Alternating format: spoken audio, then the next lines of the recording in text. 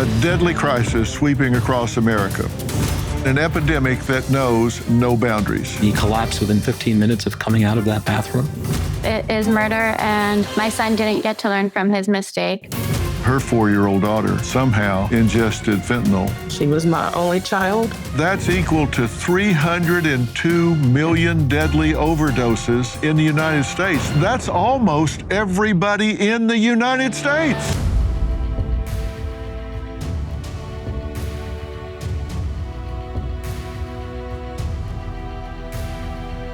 A deadly crisis sweeping across America. This penny is the size of a lethal dose of fentanyl, and every 9 minutes, a loved one is lost in an instant to fentanyl poisoning. Families shattered, dreams cut short, and an epidemic that knows no boundaries. How can a single pill take a life? And what can be done to stop this silent killer from claiming more victims? The heartbreaking stories of parents who never saw it coming. My first guest, Kamal, lost his 22-year-old son, Ethan, to fentanyl poisoning just days before his college graduation. Now, I say fentanyl poisoning. I didn't say fentanyl overdose because it's not an overdose. It's outright poisoning. And it is absolutely tragic, and the people involved are going to be talked about tonight. Kamal, thank you so much for joining us. Thank you, Dr. Phil, and I have to commend you for the great work you've done on bringing awareness to this epidemic. Well, thank you. I'm sorry to have to do it, but it's tragic what is happening to our young people, and among them is tragically your son, Ethan, who on May 17th, 2021, asked you to go to a casino. You replied, your call. I mean, he's a young man. He can do what he wants to do, but you guys have always been very close and great communication. And we see on the text message that you guys exchanged that was the last text between Ethan and Kamal. Dad, is it all right with you if I go to Mohegan Sun for the night with my boys? We'll be back tomorrow. Your call, Ethan, okay, I'll be back tomorrow. Leaving now, wanted to say bye, but didn't want to disturb. Your response, okay. That was your last communication with him, is that right? That's correct. I'm so very sorry for your loss. And your son, Ethan, tell us a little about him. He certainly didn't have a drug problem, we know that. What else can you tell us about him? Ethan was, every child is special, but Ethan was the most amazing child you could have ever wished for. From the very beginning, he was intelligent, he was empathetic, he had a very high IQ and EQ, and he played sports, he played billiards, he was a champion billiardship player. He was the high school valedictorian, he always excelled at everything he did, even did a radio show while he was in college. So there was never a day I wasn't proud of him. He was just an incredible child. And how did he get exposed to this fentanyl that poisoned him and took his life? Yeah. So when he wanted to go to the Mohegan Sun Casino in Connecticut to celebrate his graduation with his friends, he was winning. He was having a good time. His friends went up to bed, and he was targeted by a known drug dealer who has been dealing for decades. He was specifically targeted because he looked like a young kid, was having a good time, and he made a mistake. Look, I'll always admit Ethan made a mistake when he agreed to go into that bathroom with the dealer named Gerard Santiago. And in that bathroom, he was given a drug laced with fentanyl. We believe it was cocaine laced with fentanyl, and small amounts will kill you. And he collapsed within 15 minutes of coming out of that bathroom. And he could have been saved, but he was not attended to for 11 minutes. 5 minutes to even call EMS, 7 minutes to even check his pulse, and in no time was he given Narcan to revive him.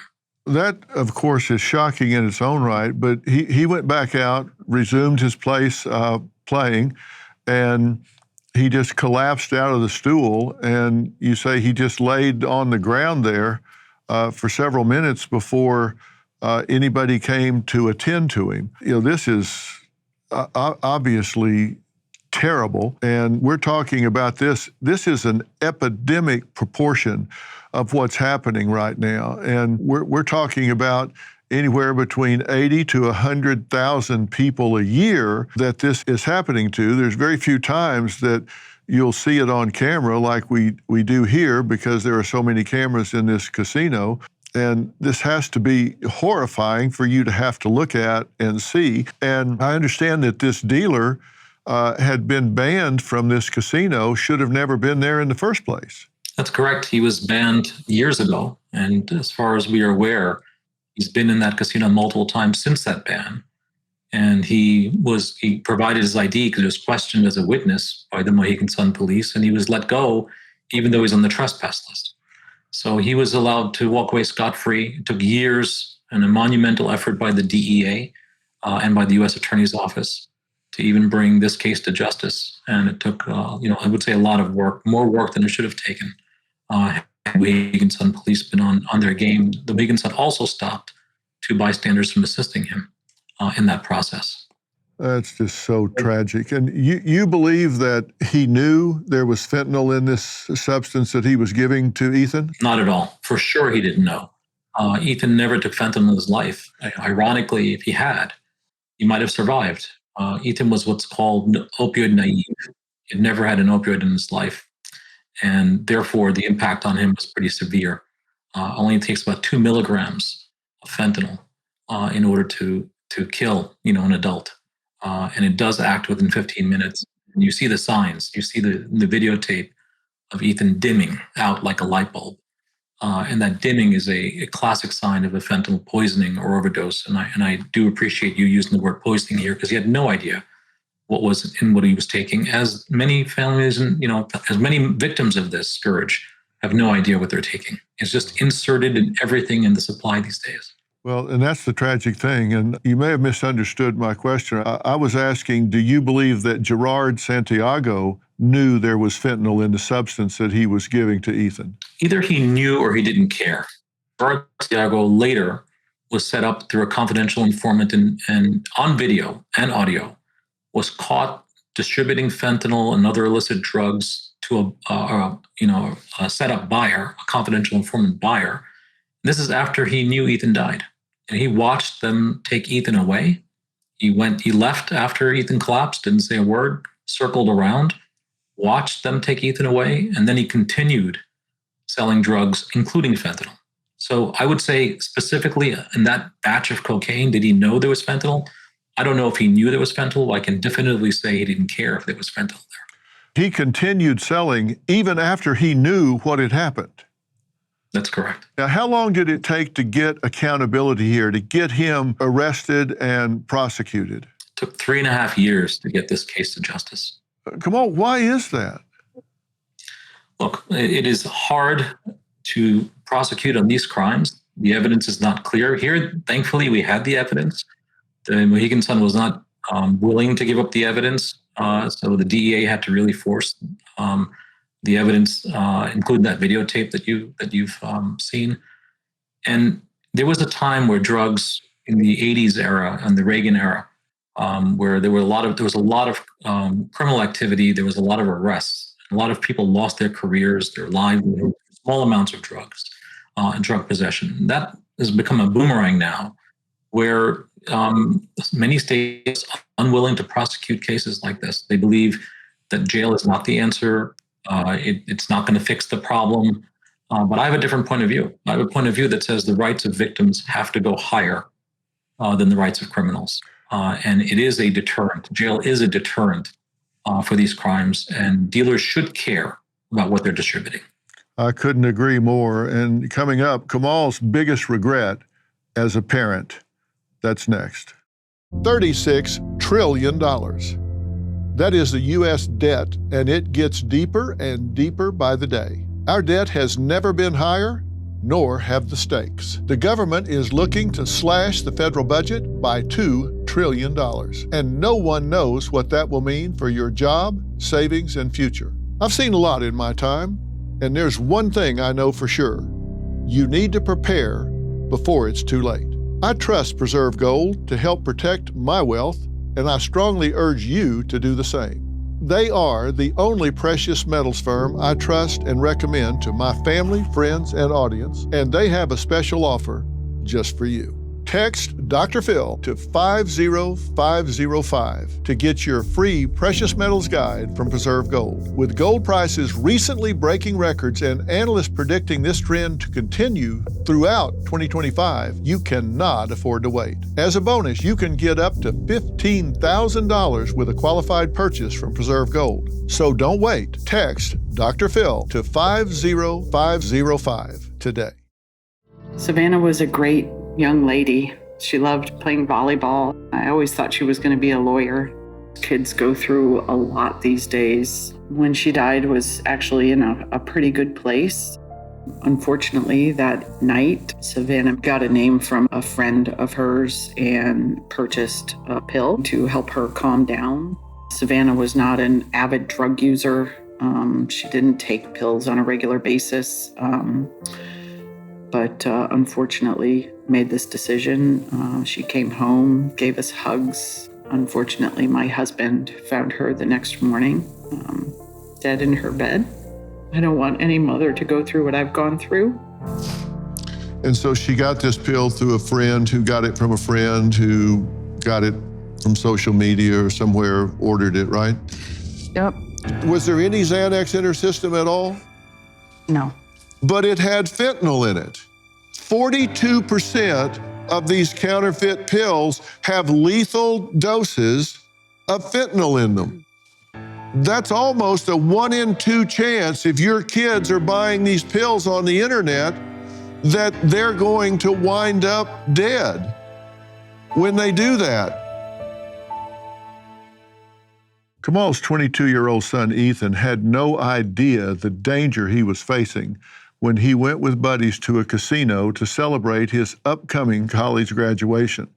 Now, the thing that I want to emphasize here is that in this day and time, drugs that you buy on the street, you have to assume that they are potentially lethal, because fentanyl is flooding into this country at an unbelievable pace. Now, Ethan didn't realize fentanyl was laced into everything that's out there. But when kids are buying drugs, whether it's cocaine, something they may think is benign as something to treat ADHD that they might take to get through finals or whatever, fentanyl is making it into so many of these drugs.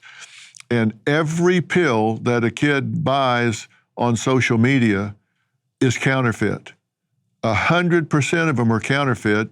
And the DEA tells me that close to half of those pills are going to have lethal doses of fentanyl mixed into them. And you say, well, why? Why would they want to kill their customers? They're not trying to kill their customers. They're trying to hook their customers, and they just don't know what they're doing. And they mix fentanyl into these drugs, and they become lethal. So that's what happened in this situation, I'm sure. And Kamal, what kind of conversation did you have with Ethan about drugs, and how did that conversation go if you had it? Yeah, we had multiple conversations about drugs. And, I was raised in a very strict household, and I never took recreational illicit drugs in my life. And we talked many times about the dangers of drugs. And the only thing I knew for a fact that Ethan did was recreational marijuana. And I was not happy about it. And, I didn't turn a blind eye, but I also wasn't going to separate myself from my son over recreational marijuana. Right. What I didn't realize is that one day he'd cross the line, and he had promised me he would never cross that line. But, you are celebrating something, you're doing well at a casino, you've had a few drinks. It's easy as a 22-year-old to cross that line. We've all made mistakes as a kid. And he made that mistake. And my regret on that discussion is not, hammering into him the idea that fentanyl's everywhere and can kill you, because I didn't have the awareness at the time. I always thought this was someone else's problem. I didn't think this was a problem that could affect my family, and I was wrong. Well, and that's the message I want to give to everyone. And that's the reason that I'm so grateful for you coming and having this conversation and using this tragedy to help others and save them from the same conversation. Because if you're watching this conversation that we're having right now, Kamal and I, then it may cause you to have that conversation with your child, because they get around friends and they get around people that say, hey, listen, I'll do this for you, I'll do that for you. And the truth is, it's like playing Russian roulette, but there's a bullet in every other chamber. I mean, it's just so high risk. And you just simply cannot allow your kids to be naive about this, because it literally is everywhere. You can get it on these social media platforms. You can get it delivered to your door, just like you can order a pizza and have it delivered to your door. And that's the downside of technology. But Kamal launched a free mobile video game in August of 24 called Joanne's Vision to raise awareness. What can you tell us about that? Yeah, Joanna's Vision came out of the work we're doing in a nonprofit I set up called Preclivity on the day of Ethan's funeral. And we spent a year building this game, and it took a team of 40 people. And the game is modeled after my own family. We went to a funeral not really knowing what happened. We had no idea what really transpired in the casino that evening. It was much later. We didn't see the videotape until trial because the Meganson was not willing to share that videotape. So we saw that videotape at trial. And the game starts with Joanna, who's the sister of a kid named Tyler, who she loses to a fentanyl poisoning. And at that funeral, she has no idea what happened to him, and neither does the family, just like our family didn't. And she goes on a quest where what's different about Joanna is that she has supernatural powers. She has the ability to touch objects and people and have flashbacks about what happened to them. And she's able to piece together. This game takes hours to play. It's like a movie with decisions and mini games. And through the course of the game, she gets what she wants, which is a quest for justice for the people that did this to her brother. But in that process, she understands that fentanyl can be in everything. She understands what to look for. What are the signs of an overdose or a poisoning? And through that game, she's able to rescue people using naloxone. So the game also teaches youngsters about what is naloxone, what are the signs, and how to save a life. Yeah. Well, I think that is very creative, and I think you're using a tragic situation to touch others, and I know Ethan would be very proud of all of this, and we're going to keep talking about this tragic epidemic as we move forward. We're going to talk about another parent's worst nightmare, and that's how peer pressure and a poisoned pill cost a 15-year-old his life. We'll add them to the conversation when we come back. Tonight, we're talking about the war on fentanyl and families shattered by this poison. Anne never imagined she'd be speaking at the Republican National Convention, but losing her 15-year-old son to fentanyl poisoning gave her a mission. And thank you so much for joining us and sharing your story. I really appreciate your being here. I know it would be much easier not to be. Thank you for having me on. I appreciate it. And Weston was the oldest of four of your children, right? He was your firstborn? Yes. And you say he succumbed to peer pressure and took what he thought was Percocet. Is that right? Mm-hmm. Yep. As I was just speaking with Kamal, the father of Ethan, all of these pills that these kids are getting are counterfeit. I mean, every one of them is counterfeit. We get some of these pills that are seized, and they may look like Percocet, they may be stamped like Percocet, and when they're broken down and analyzed in a lab, they have 0 Percocet in them. They may have all kinds of other things, from drain cleaner to flour, sugar, and fentanyl. And you say that Weston was actually targeted and stalked by an older boy at school. How did that all come about? I'll never know the story other than Weston was at a new school. He wanted to fit in. There was a crowd that was definitely a lot of fun. He knew better than to take anything or do any drugs ever. We had so many conversations. But, what I probably underestimated was that Weston could be susceptible to peer pressure. And I believe in the end that peer pressure is what got him. Yeah, and listen, it's so tragic here. Both Ethan and Weston were being young people. That's the thing. It isn't that these were kids being bad kids, bad young men. Kids are susceptible to peer pressure. They do get out and get to celebrating and make a bad decision in a moment, but the penalty for that shouldn't be death. That's the whole problem here with this fentanyl poisoning. So you give in to peer pressure in a moment. That means you make a bad choice, and so you go do some prank somewhere, or you do something that maybe you shouldn't do. But when you've got these pills flooding in to the United States, and let me talk about what we're up against here, because if you look at seizures, DEA fentanyl seizures for 2024, we're talking about serious flooding. There were 47 million plus pills that were seized, 6,000 pounds of powder, and that's equal to 302 million deadly overdoses in the United States. That's almost everybody in the United States. That's 302 million deadly doses that could take people's lives. There's only 336 million people in the whole country. That's how much is going on. And at one point, they seized just powder, and a 2 milligram dose is lethal, and they seized about 7,500 pounds. That's 226,000 lethal doses per pound, and you're talking about 1.72 million doses just from that one seizure. My gosh, if you look at how many people have been poisoned by this, if you count up the number of soldiers that were killed in combat in World War I, World War II, the Korean War, and Vietnam, it's 536,000 people. There have been more people over the last several years killed by fentanyl poison than have been killed in those wars combined. You think we're not under attack? We are under attack. This is coming out of China. It's going to the Sinaloa cartel and being put into pill form, or powder coming into the country to be put into pill form. They busted one pill mill that was turning out 70 to 80 million pills a month. And not all of them are coming to the United States, but a lot of them are. And that's what you guys are up against. I mean, Weston, what chance does he have? He makes one mistake and his life is gone. This is murder.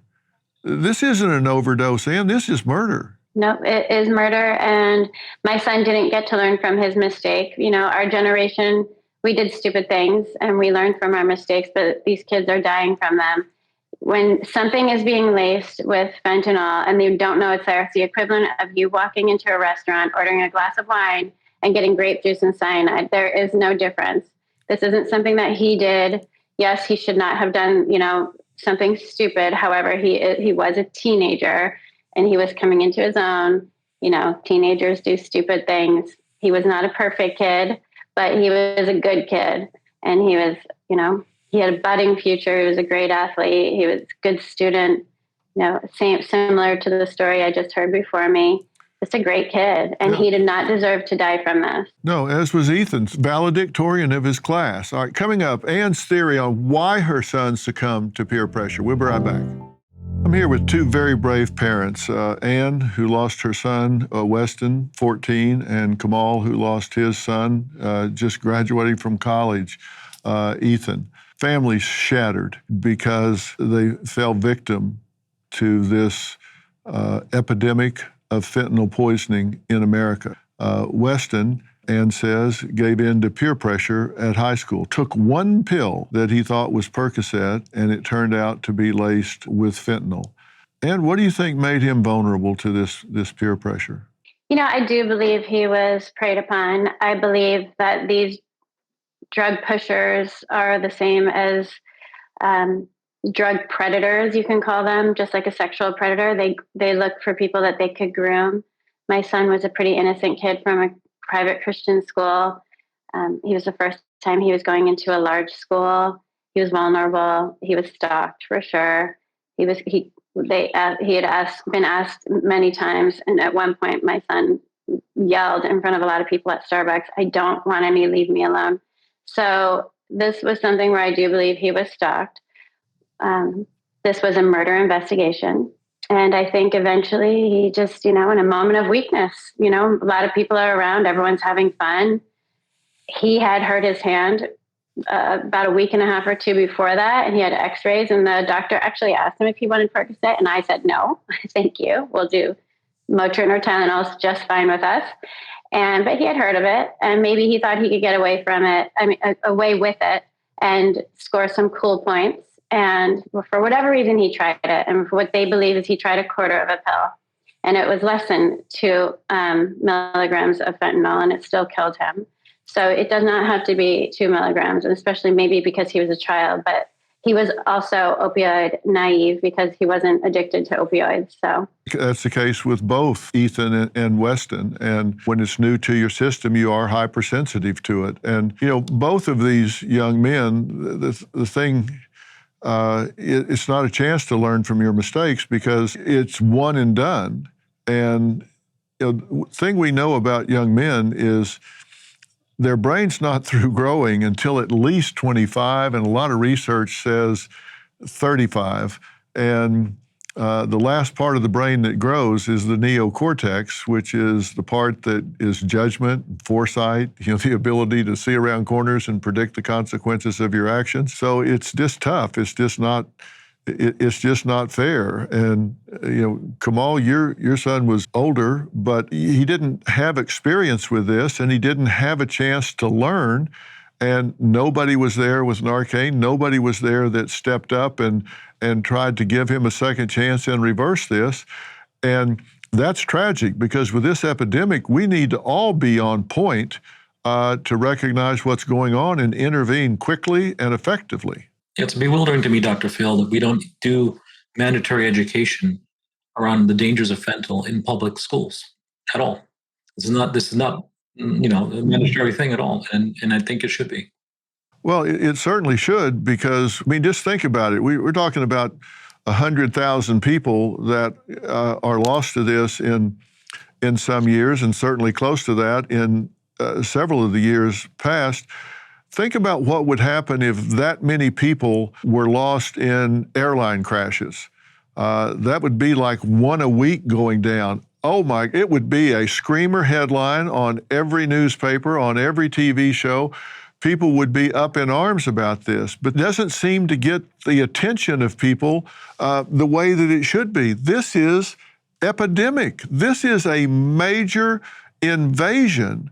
As I said, we're getting to the level that's been lost in 4 major wars here, but people don't seem, I don't know if they think, well, these are drug addicts killing themselves. No, that's not true. These are everyday kids. These are regular, healthy kids that are getting sucked into this, and this stuff is coming from China and the cartels, and it is an invasion on America. Why is this not a national emergency?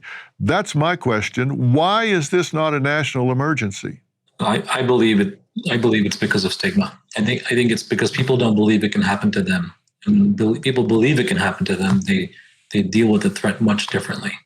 And there is, stigma around drug use, and I understand the reasons for it. But I think we need to destigmatize drug use, become more empathetic, treat it as a disease, which is one issue. Right? This is the things we're talking about today are not about addiction. They're about poisonings. But if you destigmatize and you take the right approach and the right awareness and the right training and the right legal change, I think there are low-hanging fruits around awareness. I think there's low-hanging fruit around harm reduction. There's low-hanging fruit around criminal justice. I think there's low-hanging fruit around supply. If you handle all of these 4 issues properly, and this is a government issue, it's a federal and state and local issue, these deaths can go down dramatically from numbers like 80 to 100,000 to less than 10,000. I don't think we'll ever get to perfection. I don't think we'll ever get to 0. We could certainly make progress with the things you're talking about. All right, coming up, a hidden danger lurking where a mother thought her little girl would be safe. We'll talk to her next. Well, joining us now is Cheyenne, who also was just shattered when her precious 4-year-old daughter full of life and innocence, accidentally ingested fentanyl. I mean, can you imagine, 4 years old, and you talk about opioid naive, of course. And Cheyenne lost 4-year-old Brighton to fentanyl poisoning while she was sleeping over at a friend's house. Cheyenne, thank you so much for being here. I see you've got a big 6 behind you there. Tell us why. Thank you. Yeah, so Brighton's birthday was on January the 26th, and me and her family celebrated her. Her dad's birthday also was on the 26th, but the big 6 there is for Brighton. She would have been 6 years old on Sunday. Oh, wow. And Brighton was a miracle baby, right? Yes, she was. Brighton was not, according to the doctors, supposed to be here due to her rare diagnoses of Turner syndrome. And during that time of my pregnancy, they wanted me to have an abortion. And I told them no. Of course, I underwent a lot of major health issues with her being in my womb and things like that. Brighton was in the NICU at UK Children's Hospital for a little over a month, but Brighton lived. She lived a wonderful life, a beautiful life.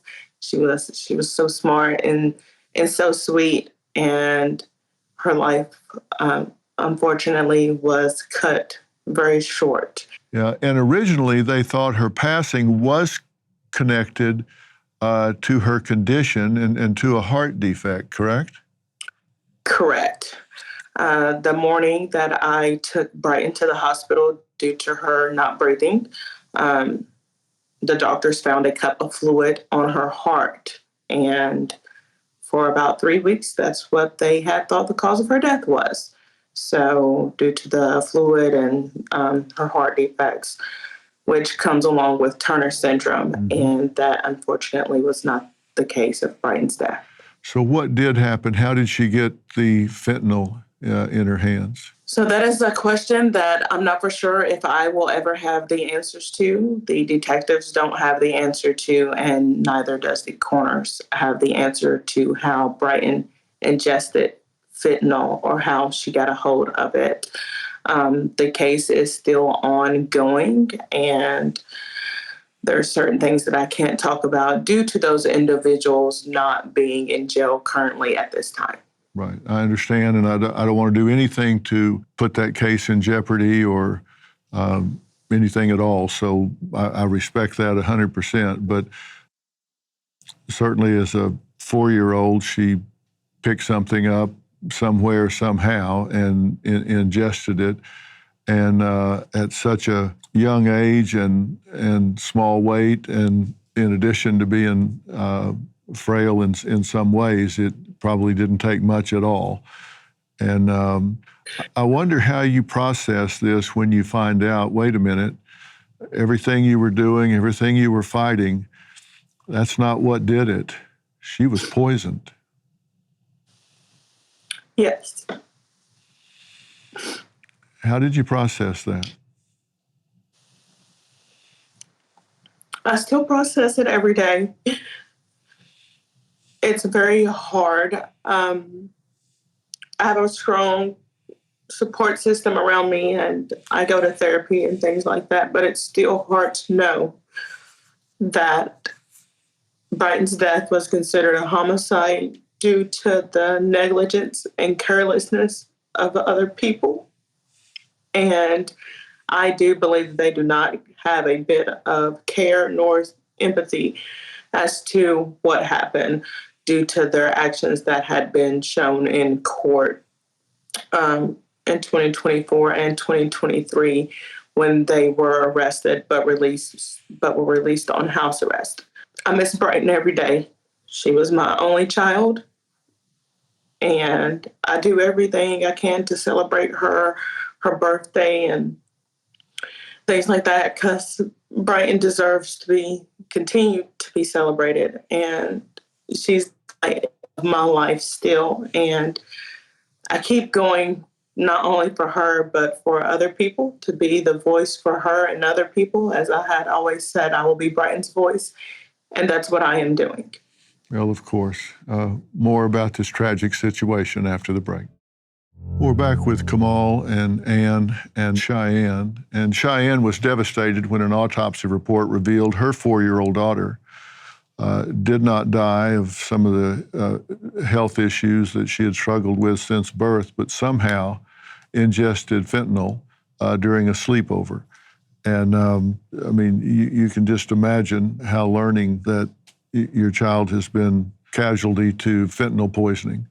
And Cheyenne is spreading awareness through the Bright Light Foundation, named after Brighton.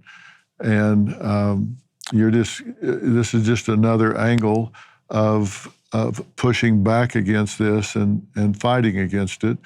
And Cheyenne, you say you'll never stop keeping her voice alive and continuing to talk about it until there's no air left in your body, right?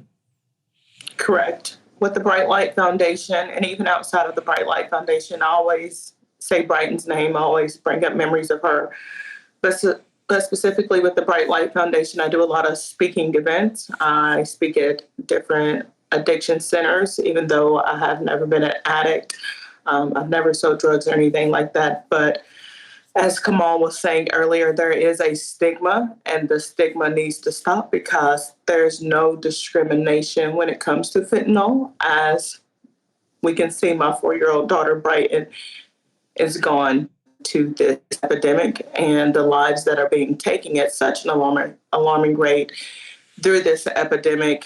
We offer additional educational resources for parents, grandparents, teenagers, and other things like that. So we are being a voice. I'm being the voice for Brighton, along with many other organizations and other families that have lost their loved ones. Well, I'm so glad that you're doing that. And when we come back, I'm going to share some final thoughts. But why is this drug pouring into this country?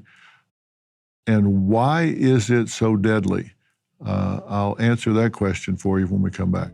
What percentage of the counterfeit pills are assumed by testing by the DEA to have lethal ingredients in them? So last year, the DEA seized about 80 million fake pills. 7 out of 10 of those pills have a potential lethal dose of fentanyl. The Mexican cartels and our adversaries are killing more Americans than any terrorist organization in the history of this country. But our government, we're not educating kids in our schools about this. This is unheard of. We've never seen this, Dr. Feld. We're back and we're talking about this tragic fentanyl epidemic. And a very good friend of mine is Derek Maltz. He thought he was retired, but he's not. He's now the acting director of the DEA. And we've talked about this so much, and we all have to agree to raise awareness about this. When you look at fentanyl's strength, people don't understand how powerful this is. But fentanyl's strength, when you compare it to heroin and morphine, it is 50 times stronger than heroin. And you think about people that are on heroin and how much it disrupts their life. Fentanyl is 50 times stronger than heroin and 100 times stronger than morphine. And that's why it can kill people so quickly. It shuts down their respiratory system. And that's why Weston never had a chance. That's why Ethan never had a chance. That's why Brighton never had a chance. This is powerful stuff. There's just no way that we can allow this to continue.